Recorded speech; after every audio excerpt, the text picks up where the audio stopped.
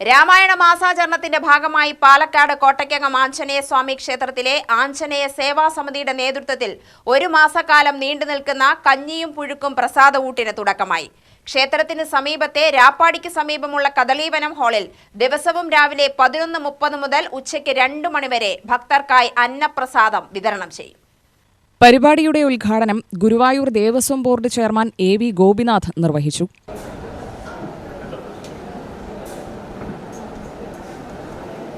കർക്കിടക മാസത്തിലെ രാമായണ പാരായണത്തിനും ആത്മീയ അനുഷ്ഠാനങ്ങൾക്കുമൊപ്പം ഭക്തർക്കായി അന്നദാനമൊരുക്കുന്നതും ക്ഷേത്രത്തിന്റെ സേവന പ്രവർത്തനങ്ങളുടെ ഭാഗമാണെന്ന് അദ്ദേഹം പറഞ്ഞു.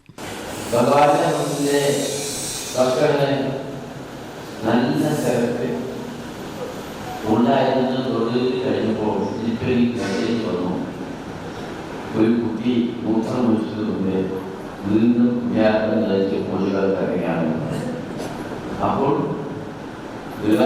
പറഞ്ഞു ഇനിയിപ്പോൾ അകല് വരണ്ട, ഓട്ടമില്ലാത്ത പരിപാടി കഴിഞ്ഞ് അങ്ങോട്ട് വന്നാൽ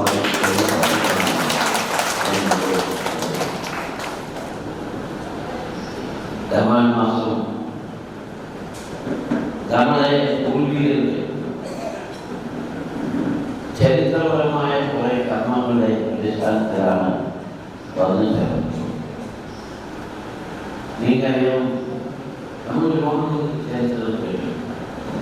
രാമായണം, മഹാഭാരതം, നാരായണീയം, ഇതൊക്കെ നമ്മൾ കേട്ട നമ്മൾ ഇന്ന് ഒന്നുകൊണ്ട് മാത്രമേ നമുക്ക് മനസ്സിന് സമാധാനവും സമൃദ്ധിയും കിട്ടുള്ളൂ. ഈശ്വര വിശ്വാസം കൊണ്ട് മാത്രമേ ഇനി നമുക്ക് മുന്നോട്ട് പോകാൻ. രാമായണ മാസം മുഴുവൻ ദിവസേന 100 കണക്കിന് ഭക്തരാണ് അന്നപ്രസാദത്തിനായി ക്ഷേത്രത്തിലെത്തുന്നത്. പരമ്പരാഗത രീതിയിൽ തയ്യാറാക്കുന്ന കർക്കിടക കഞ്ഞിയും വിവിധതരം പുഴുക്കുകളും ഉൾപ്പെടുന്ന പ്രസാദ ഊട്ടാണ് ഭക്തർക്കായി ഒരുക്കിയിരിക്കുന്നത്. ആത്മീയ അനുഭവത്തിനൊപ്പം ആരോഗ്യ സംരക്ഷണത്തിനും പ്രാധാന്യം നൽകുന്ന കർക്കിടക ഭക്ഷണ രീതിയുടെ ഭാഗമായാണ് ഈ അന്നദാന പരിപാടി സംഘടിപ്പിച്ചിരിക്കുന്നത്. ഉദ്ഘാടന ചടങ്ങിൽ ആഞ്ജനേയ സേവാ സമിതി president M Gopalakrishnan Guruvayur Devaswom board chairman AV ഗോപിനാഥിനെ ഷാളണിയിച്ച് ആദരിച്ചു.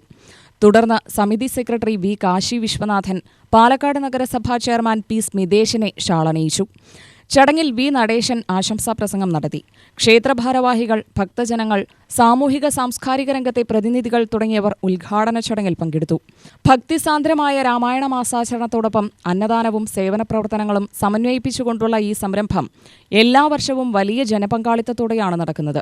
രാമായണ മാസ കാലയളവിൽ ക്ഷേത്രത്തിലെത്തുന്ന ഭക്തർക്കെല്ലാം അന്നപ്രസാദം ലഭ്യമാക്കാനുള്ള ഒരുക്കങ്ങളാണ് ആഞ്ജനേയ സേവാ സമിതി പൂർത്തിയാക്കിയിരിക്കുന്നത്. UTV news, Palakkad.